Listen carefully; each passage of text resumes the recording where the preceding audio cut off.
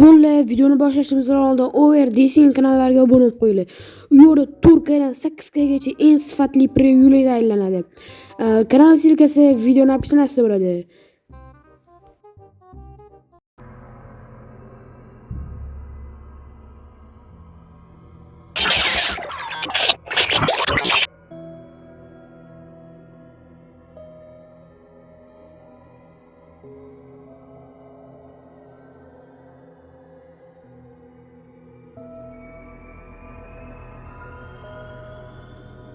Bu hikoyani eshitgan odamlar keyin o'yinlardan voz kechishgan.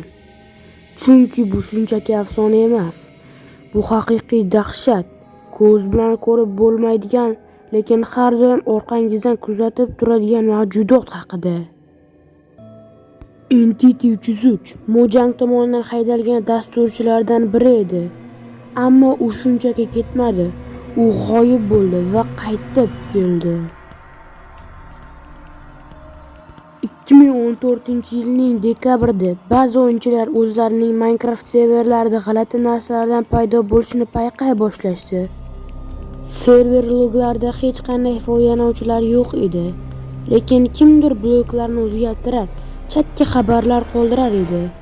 Ular tushunarsiz kodlar, 303 raqami va noma'lum IP manzillari edi. Kimdir server fayllariga qarasa, ichida faqat bitta yozuv bor edi. Men qaytdim. Keyin esa hamma narsa boshlanib ketdi.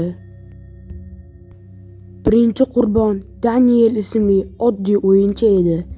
U har kecha Minecraft o'ynardi, lekin bir kuni o'yin paytida g'alati narsalarni sezdi. Unga hech kim ulanmagan serverda chatga yozuv tushdi. Daniel, seni bilaman. Daniel avvaliga buni do'stlari hazil qilyapti deb o'yladi.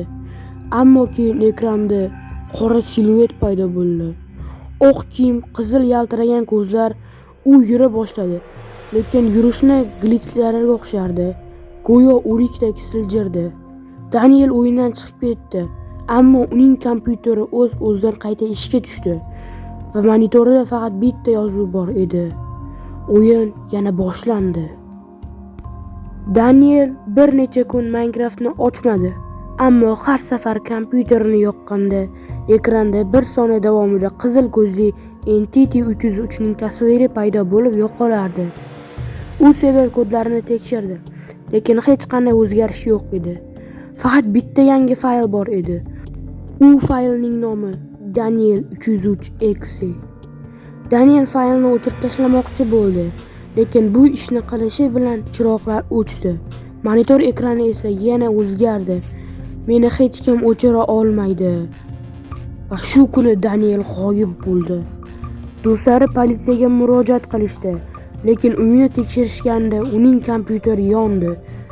Danielning o'zi esa xuddi havoga singib ketgandek edi. Danielning hikoyasi yolg'onmi? Balki, ammo 2015-yilda yana o'yinchilar serverlarda noma'lum IP manzillar, bloklarning o'zgarishi va sirli yozuvlar haqida shikoyat qilishni boshlashdi. Kimdir Entity 303 bilan bog'liq juda g'alati holatlarga duch kelganini aytdi. Eng qo'rqinchlisi, ba'zi odamlar Entity 303 haqida video qilishganda ularning o'z kompyuterlari va telefonlari ishdan chiqdi yoki Minecraft akkauntlari o'chirildi. Kimdir esa videodan so'ng kechasi eshik taqillaganini eshitdi. Ammo eshik oldida hech kim yo'q edi. Faqat qora jun va qizil stone, ya'ni redstone changlari yotardi. Ammo men bu videoni chiqardim. Balki bu shunchaki bir afsona. Balki Entity 303 umuman yo'qdir. Ammo agar bu videoni tomosha qilayotgan bo'lsang, Entity 303 allaqachon seni kuzatayotgan bo'lishi mumkin. U kod ichida yashaydi. U kompyuterlar orqali sayohat qiladi va u har doim yangi qurbon qidiradi. Keyingi qurbon sen bo'lishing mumkin. Agar shu videoga 1000 ta like yig'ilsa, Entity 303 haqida undanda ko'proq ma'lumotlar beraman. Unda siz shunday videodan chiqib turib, videoga like bosing. Shunda Entity 303 sizni bezovta qilmaydi. Annegirlar, qo'rqinchli videoni ko'rishga ko'ra olib, endi reklamani ko'rmaysizlarmi? Bitta sizlar hozir Renzo kanaliga obuna bo'lib, eng oxirgi videolarga qanaqa Portugal? Rayzon obunachilari mujik deb yozib ketinglar, bolalar.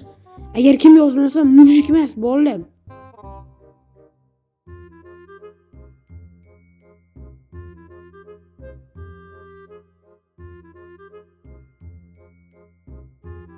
Bilaman, sizlar hozir qop-qora ekranni ko'rib turibsizlar.